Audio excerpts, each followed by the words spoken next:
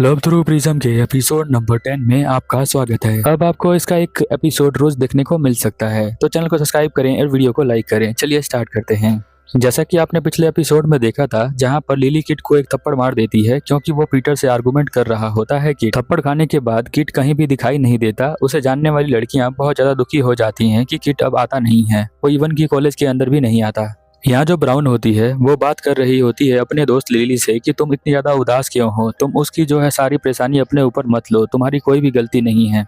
Brown ये सारी बातें लिली को बोलकर सोच रही होती है कि लिली फिर से ठीक हो जाएगी और खुश हो जाएगी, बट लिली के ऊपर कोई असर नहीं होता। वो बार बार उसी बात को याद कर रही होती है जब उसने किट को थप्पड़ मारा था। फिर हम देखते हैं कि सीन यहाँ पर दिखाई देता है, तो ब्राउन जो होती है सीन के पास चली जाती है और यहाँ पर लिली नीचे बैठ जाती है सोच सोच कर कि मैंने ऐसा क्यों किया। ब्राउन सीन को बताती है कि लिली बहुत ज्यादा उदास है, तो तुम उसकी हेल्प करो और उसको दोबारा से मोटिवेट करो कि वो अपना काम कर सके, क्योंकि तुम दोनों जापान से ही हो और एक दूसरे को अच्छे से समझ पाते हो। इसीलिए मैं तुमसे रिक्वेस्ट करती हूँ कि मेरी दोस्त लिली को ठीक कर दो। एक्चुअल में लिली को ही पता होता है कि उसने उसको थप्पड़ क्यों मारा है किट को। लिली यहाँ पर बता रही होती है कि जब किट पीटर को बोल रहा होता है कि तुम खुद प्रैक्टिस नहीं करते, तुम्हारा आर्ट जो है बिल्कुल अच्छा नहीं है, तुम्हें प्रैक्टिस करना चाहिए और तुमने आर्ट को किसी और से जज नहीं करवाना चाहिए। किट ये बात पीटर को बोल रहा होता है, बट लिली ये बात सुनकर अपने ऊपर ले लेती है। उसे लगता है कि ये मेरी ही बात कर रहा है, इसलिए उसे हर्ट होता है और थप्पड़ मार देती है। रास्ते में सीन उससे मिलता है और कहता है कि अगर तुम बुरा ना मानो तो मैं तुम्हारे साथ चल सकता हूँ, तुम घर पे ही जा रही हो ना। वो बताती है कि हाँ, मैं घर पे जा रही हूँ।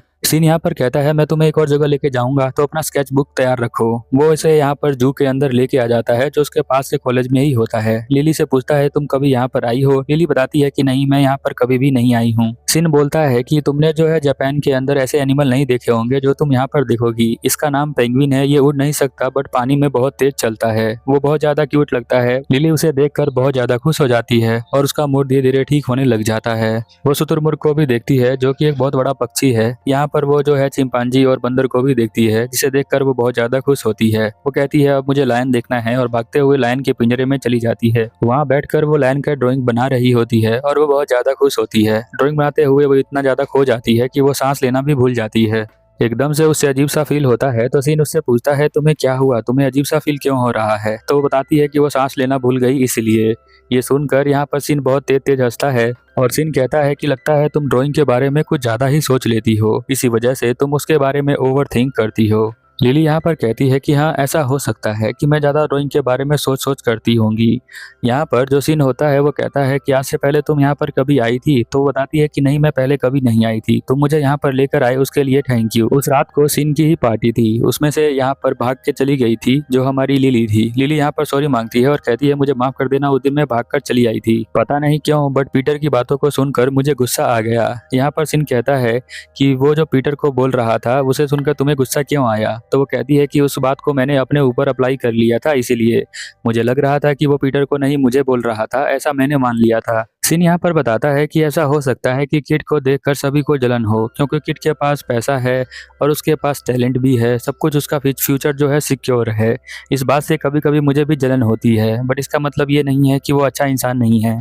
वो अच्छा इंसान है और उसने जो बोला था वो भी सही है कई हद तक। वो बोलता है कि तुम अपने जो ड्रॉ करते हो उसके लिए किसी और का अप्रूवल लेने की कोई ज़रूरत नहीं है। अगर सिंगर जो है वो गाना ये सोचकर बनाए कि ऑडियंस को पसंद आएगा कि नहीं आएगा, तो वो कभी भी सिंग कर ही नहीं पाएगा। सबसे पहले सिंगर को खुद में मज़ा आना चाहिए उस काम को करने के लिए, तभी यहाँ पर ऑडियंस को मज़ा आता है। सेम वैसे ही स्केच बनाते हुए पहले जो स्केच बना रहा है आर्टिस्ट, उसको मज़ा आना चाहिए स्केच बनाते हुए, तब जाकर किसी और को मज़ा आता है उसे देखकर। जो बात मैंने आपको बताई वही सेम बात यहाँ पर किट बता रहा होता है पीटर को, बट उसे लगता है कि इसके पास बहुत ज्यादा पैसे हैं और ये जो है अहंकार में है, यानी घमंड में है। इस बात से वो गुस्सा हो जाता है, बट किट ऐसा नहीं कर रहा होता है, वो बस समझा रहा होता है। सीन यहाँ रास्ते में बताता है कि मुझे जो है इसके बाद इटली जाना है, क्योंकि मुझे किट ने एक स्टैचू दिखाया था जो कि बहुत ही सुंदर था।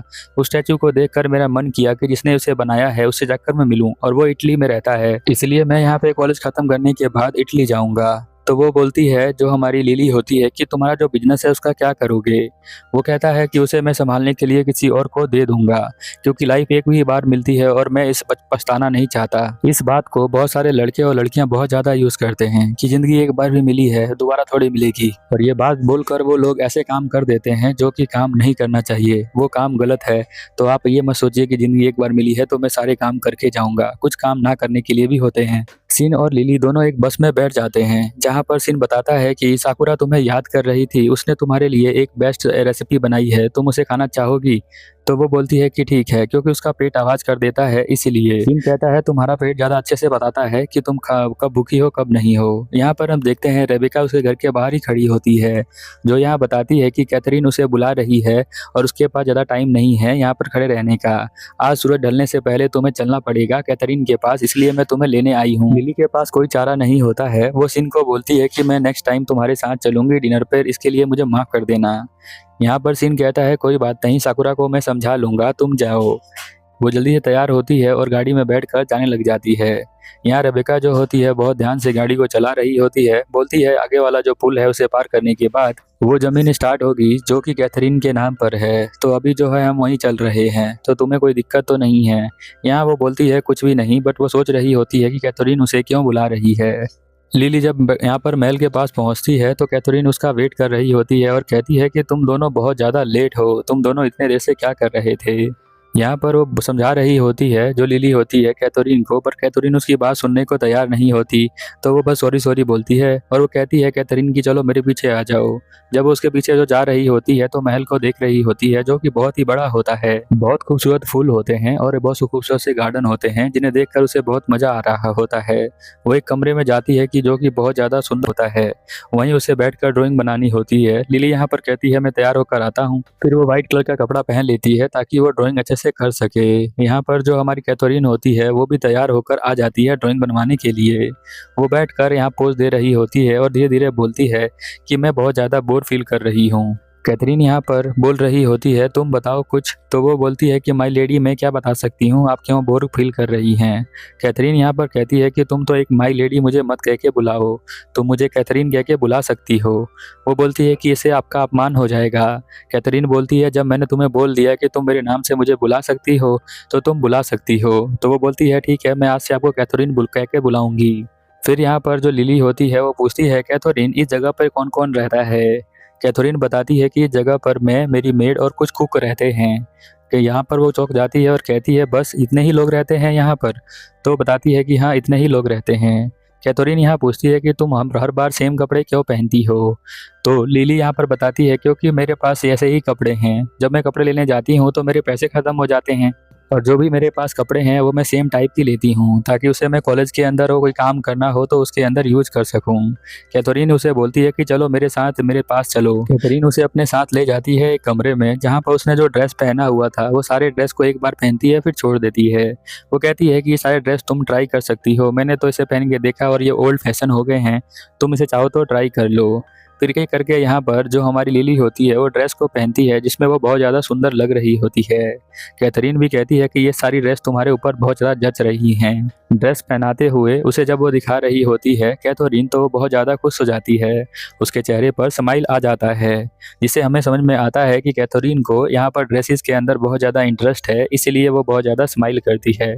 अक्सर लड़कियों को ड्रेस में बहुत ज़्यादा इंटरेस्ट होता है, इसीलिए ऐसा होता है। पर याद रखिए कुछ ड्रेस जो ऐसे होते हैं जो मार्केटिंग के लिए ही होते हैं, उन ड्रेस को मार्केटिंग करके बहुत ज़्यादा पॉपुलर किया जाता है। तो जो ड्रेस आपका दिल करे वही पहने, ये ना कि मूवी में, टीवी में या फिर कहीं रील पर देखकर जो ड्रेस पसंद आए वो पहनना शुरू कर दिया, ऐसा कुछ भी नहीं है। यहाँ पर कैथरीन बताती है कि जब तुम मुझे मिली थी तो तुमने मुझे कहा था कि तुम्हारी हॉबी और पास टाइम के बारे में बताओ, तो मैं उसके बारे में बता नहीं पा रही थी, बट मैंने जो है फिर से एनालाइज किया कि मुझे क्या चीज़ें पसंद है, क्योंकि किट मुझे बिल्कुल भी यहाँ पर इंटरेस्ट नहीं देता है और मैं उसके लिए ही जी रही थी। मैं सोच रही थी उससे मेरी शादी होगी, बट वो तो मेरे अंदर बिल्कुल भी इंटरेस्टेड नहीं है। बट जहाँ पर मैं तुम्हें देखती हूँ जब तुम ड्राइंग करती हो तो तुम्हारा ध्यान बिल्कुल ड्राइंग पर होता है, तो क्या मेरे पास कोई कोई ऐसा काम नहीं है जिसपे मुझे मजा भी आए और मेरा ध्यान भी रहे। इसीलिए मैंने जो है अपने लिए कुछ ढूंढा कि मैं जो हूँ जिन कामों में यहाँ पर अच्छा लगता है मुझे वही काम मैं करूँगी, ना कि जो काम मुझे अच्छा नहीं लगता वो मैं नहीं करूँगी। वो बताती है कि उसे ड्रेस पहनना बहुत ही अच्छा लगता है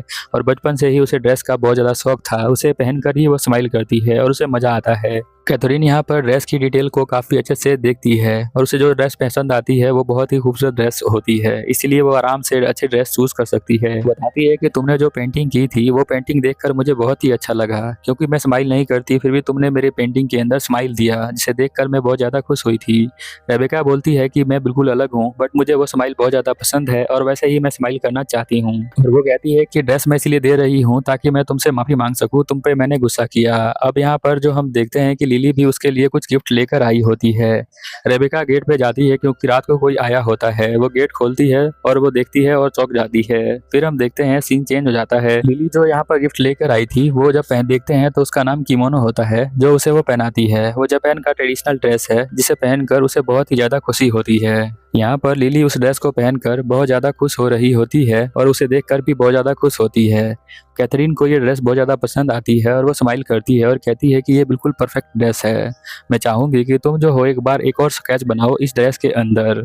तो वो कहती है कि मैं ट्राई करूँगी, आपका एक दोबारा स्केच बनाने के लिए बहुत बहुत ज़्यादा टाइम लग जाएगा। यहाँ पर वो बोलती है कि मैंने आपके लिए बार बार स्केच को बनाया और एक बेहतर स्केच बनाया, जिससे कि मुझे भी सीखने को मिला कि मैं स्केच कैसे बना सकती हूँ। जब मैं आपका स्केच बना रही थी तो आपकी जो ब्यूटीनेस थी वो दिख नहीं रही थी वहाँ पर स्केच के अंदर। मैं उसे ढूंढ रही थी आपके अंदर बट मिल नहीं रही थी। बट अब मुझे पता है कि आप किस बात पे ज़्यादा खुश होती हैं, तो वो चीज़ मैं अपने स्केच के अंदर डाल सकती हूँ। यहाँ पर जो कैथरीन होती है वो कहती है कि हाँ, अब मैं जो हूँ तुम्हारे लिए पोज करूँगी इस तरह से। फिर वो दोनों एक दूसरे को हक करती हैं। तभी रेबेका यहाँ पर आती है और वो उन दोनों को बताती है कि यहाँ पर आपसे कोई मिलने के लिए आया है कैथरीन। यहाँ पर जो मिलने के लिए आया होता है वो रिचर्ड होता है, जो कि केट का भाई होता है। यहाँ पर कैथरीन को अजीब सा लगता है क्योंकि रिचर्ड इतनी रात को कभी मिलने के लिए नहीं आता है। रेबेका बताती है कि कोई अर्जेंट काम है इसलिए वो यहाँ पर आया है। यहाँ पर जो हमारी कैथरीन होती है वो कहती है उसे वेट करने को बोलो यहाँ पर लाइब्रेरी के अंदर।